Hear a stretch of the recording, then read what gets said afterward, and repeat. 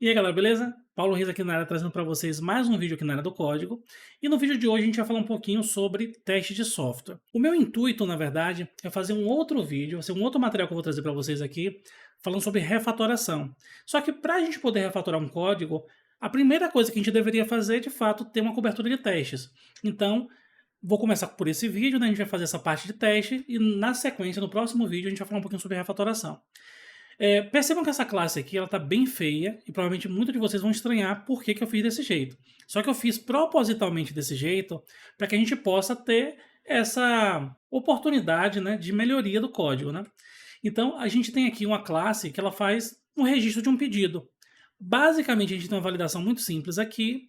A gente tem aqui a busca por um determinado usuário a partir de um determinado ID. A gente tem a inclusão de itens nesse pedido, né, o cálculo do preço total, e por fim a gente tem um disparo de um e-mail aqui para o usuário que de fato fez o pedido. Se a gente vier no Postman, eu já fiz alguns testes aqui, vou fazer mais um, a gente vai ver que a cada vez que eu executo essa requisição, ele gera um novo pedido aqui, ó, order ID 8, order ID 9, order ID 10 e assim sucessivamente. E basicamente o que eu informo aqui é o ID do usuário logado, né? Eu passo aqui também as informações do produto que está sendo incluído no pedido, né? Nesse caso aqui eu tenho dois produtos, um tem desconto e o outro não tem desconto. E se a gente voltar aqui no Laravel, a gente vai ver que aqui na nossa pasta de logs, a gente tem aqui esse arquivo laravel.log e toda vez que eu faço um pedido, ele gera aqui algo que seria uma saída do e-mail que a gente está disparando. Né? No caso, eu não configurei um cliente de e-mail, coloquei aqui só um log mesmo para a gente poder ter, poder acompanhar isso. Né? Então, como a gente viu, o código está funcionando. Então, qual é a ideia para a gente? A gente vai fazer uma refatoração futura, mas para hoje a gente vai fazer a escrita do teste automatizado para esse cenário, certo? Ou melhor, para esses cenários. Então, na nossa classe de controle, né, nossa classe controladora, a gente pode criar um pedido. Então, eu vou criar um arquivinho que vai funcionar como automatização de teste para essa classe. Né? Então, eu vou dar um comando php artisan make test e vou passar um nome da minha classe pedido controller com o sufixo teste. Quando eu faço isso, percebam que aqui na pasta teste foi criado um novo arquivo. Eu já tinha aqui um arquivo unit example teste e tem o feature example teste também. Esses dois arquivos aqui, eles não servem para nada, são só exemplos mesmo de código. E foi criado um novo, que é o pedido controller, que também veio com apenas um exemplo de código. O que eu vou fazer aqui? Para eu executar esse teste, vou até subir aqui um pouquinho, a gente pode simplesmente executar um php artisan test. Com isso, ele vai executar todos os testes que estão dentro desse diretório de teste. Ele executou o unit example test, o feature example test e também o pedido controller test. Vou remover esses caras aqui, porque são só de exemplo, não vai nos agregar nada aqui nesse momento. E vou manter somente o pedido controller test. Vou de novo executar aqui. E perceba que agora só teve um teste, e o teste está passando, né? Mas o que seria esse teste? Vamos dar uma olhadinha nele. Se a gente vier aqui, ó, ele simplesmente está dizendo que vai acessar uma determinada rota, que nesse caso é a rota padrão do Laravel, e vai verificar se, ao acessar essa rota, o status code que ele está recebendo é 200. Se eu mudasse, por exemplo, aqui para 201, eu estou dizendo que quando eu acessar, eu espero que o Laravel retorne 201, mas a gente sabe que por padrão ele não vai retornar isso. Se eu vier aqui agora, eu vou salvar o arquivo e vou executar o teste novamente. Perceba que agora ele falhou. E o que ele está dizendo para a gente aqui? Cara, a expectativa era que o status code fosse 201, mas eu recebi 200.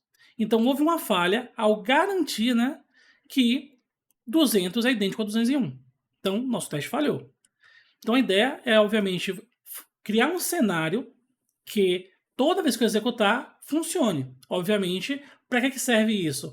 Caso eu altere esse código no futuro, ele vai quebrar. Então aí eu vou saber que eu fiz uma alteração que eu não deveria ter feito. Então vamos fazer aqui o seguinte. Primeira coisa é identificar qual é o cenário que eu quero testar. Nesse caso, eu vou garantir que eu posso criar um pedido. Né? eu tô aqui com o Copilot configurado na máquina e ele vai acabar ajudando aqui em alguns momentos, isso é bem legal. O que a gente vai fazer aqui, ó? Vou simplesmente apagar o conteúdo aqui desse arquivo e vou mudar aqui para teste, deve ser possível, ou então deveria, né? Deve cadastrar um novo pedido. Um novo pedido. Não estranhem que assim, a assinatura desses métodos fiquem grandes, é normal isso, porque ele, de fato descreve o que o cenário, o que o teste faz, né? Então perceba aqui, ó, que ao ler isso aqui, ele já entendeu o seguinte, cara, se a gente está falando de uma API, porque ele leu minha aplicação e sabe que isso aqui é uma API, né? E ele quer cadastrar um novo pedido, eu estou inferindo, isso o Copilot falando, né? Estou inferindo que ele quer fazer um post, beleza? Então esse post vai ser para uma rota específica e vai ter um corpo específico que vai enviar. Então vou aceitar isso aqui, ó. Ele diz o seguinte, cara, você vai fazer uma postagem, né, uma requisição do tipo post para barra API barra pedidos. Se a gente vier aqui no arquivo de rotas aqui do API, eu tenho o próprio arquivo API já é uma parte do segmento da URL, né, então fica barra API e no final fica barra pedidos. Então, ó, barra API barra pedidos. E no segundo parâmetro aqui eu passo um JSON, né, ou melhor, no caso do PHP, um array associativo que representa o JSON que vai ser enviado como corpo.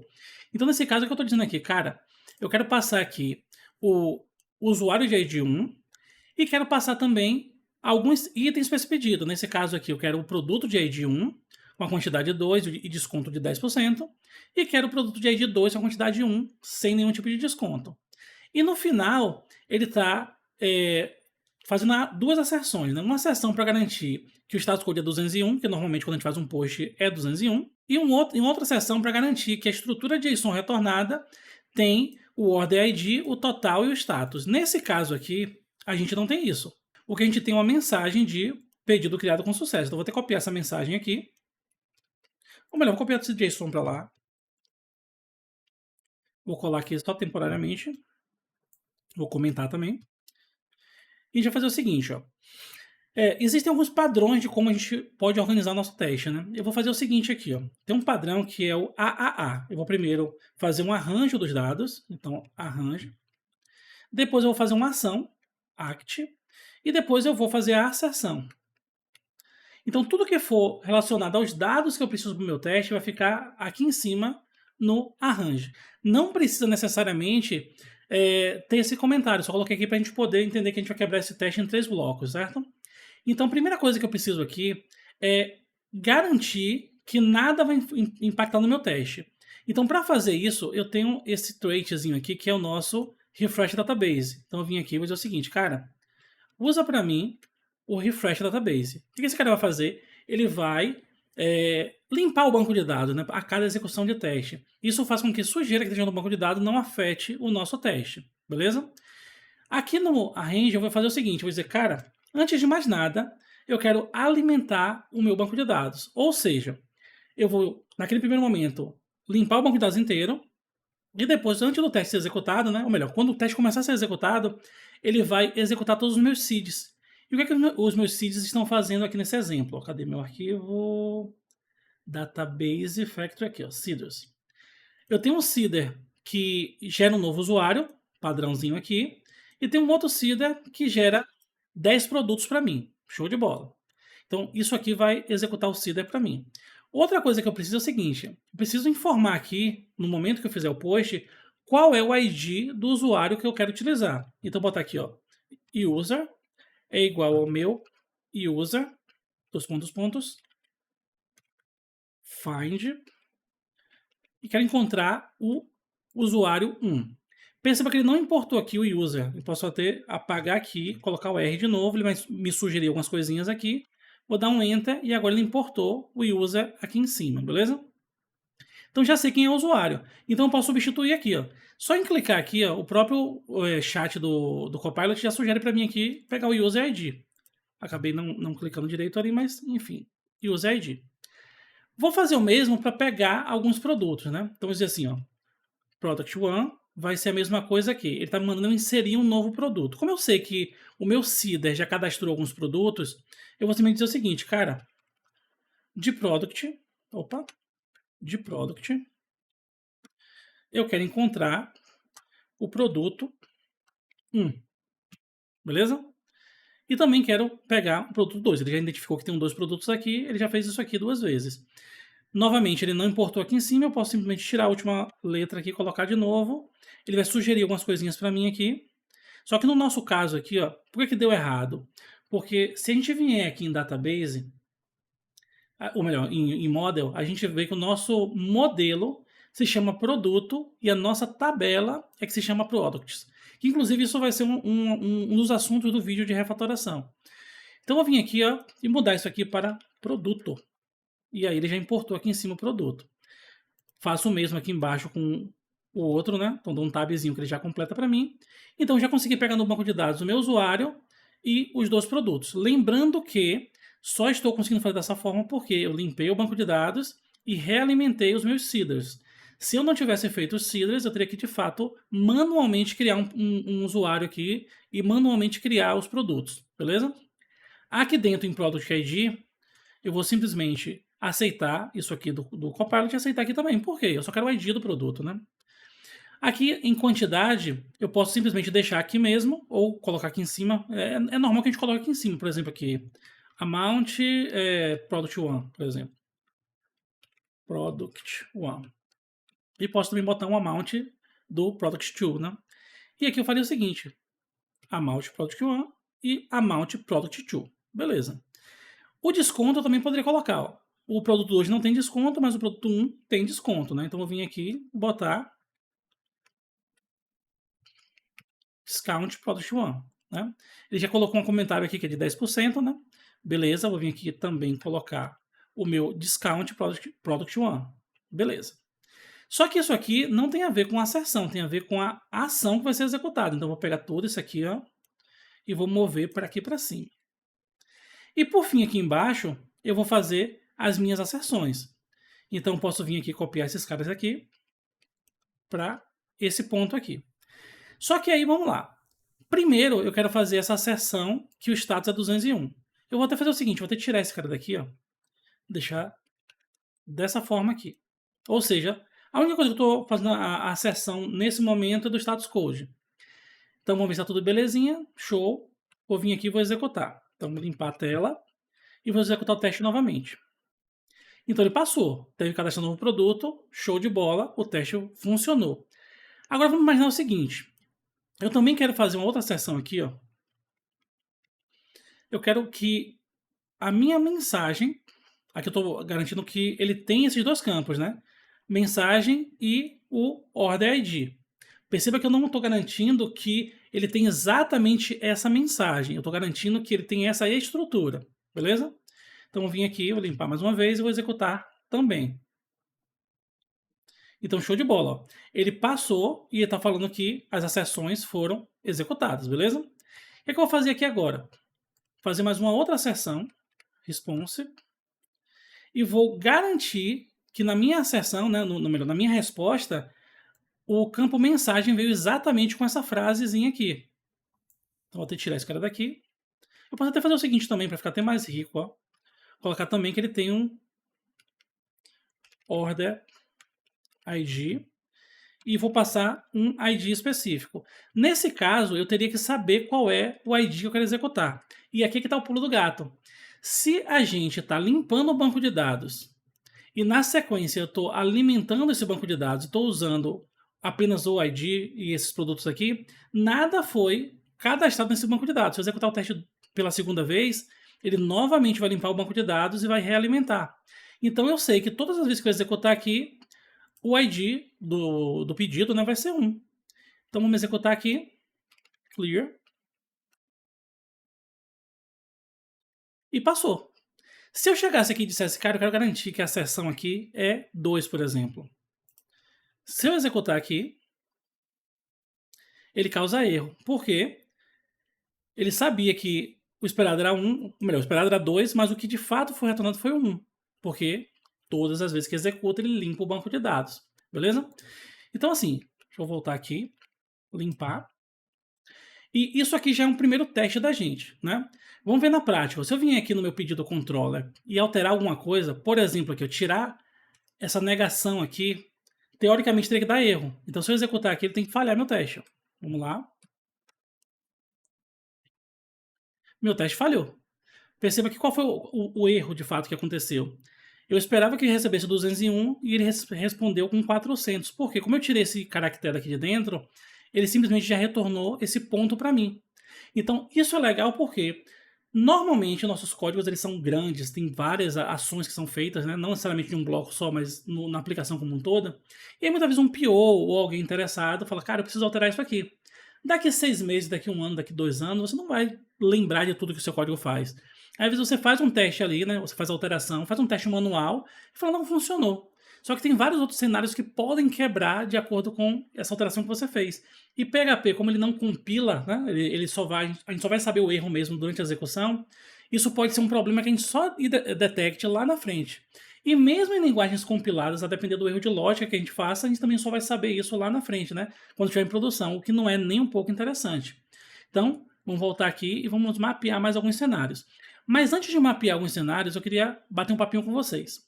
A primeira coisa é, muitos de vocês estão assistindo os vídeos, não estão deixando o like, não estão ativando o sininho de notificação e não estão compartilhando com os amigos. Para que o canal cresça, eu preciso que vocês me ajudem nesse ponto. Então, deixa o like aqui, ativa o sininho para você sempre receber as novidades do canal e compartilha isso com seus amigos, beleza? E o segundo ponto é o seguinte, dia 12 de janeiro, a gente tem um treinamento de PHP com inteligência artificial.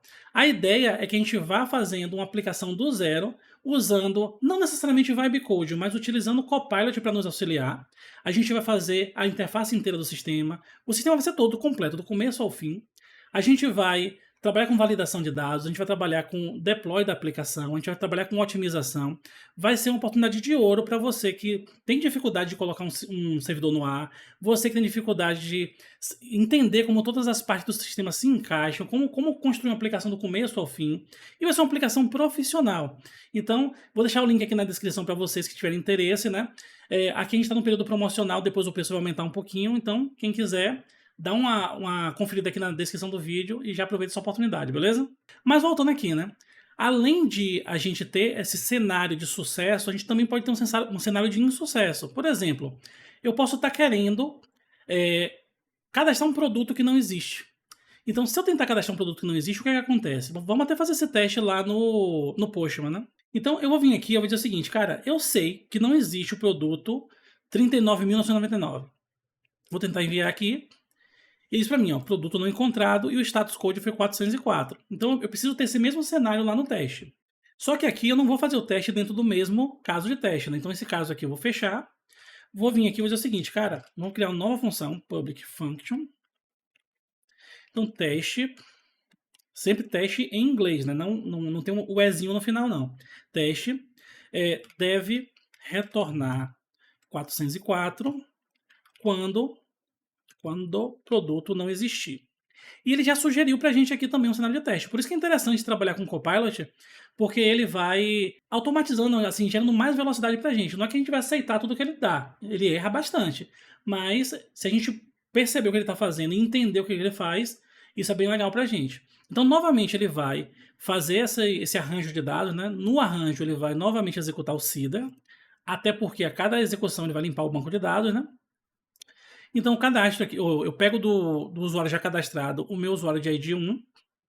Na sequência, eu faço a seguinte tentativa, né? Estou enviando para lá o ID 1, que existe, mas o produto 999 que não existe. Até porque o meu CIDR só criou 10, então eu não vou ter nenhum com ID 999. E no final aqui eu faço uma asserção de que o status foi 404 e que a mensagem foi produto não encontrado. Então, vou salvar aqui, vim aqui embaixo, dar um Ctrl L para limpar, e vou executar mais uma vez o teste. Então, novamente, meu teste passou. Lembrando que, se eu fizesse alguma alteração aqui que quebrasse essa lógica, ele iria, novamente, falhar. Então, a ideia é, de fato, não é que o teste vai impedir que falhe. O teste vai ser que ele impeça que você suba algo errado para a produção. Porque quando você terminar de fazer sua alteração no seu código, você vai simplesmente executar os testes E baseado nisso, você vai ver se tudo passou, show de bola, mas se não passou, alguma das suas alterações quebrou seu teste.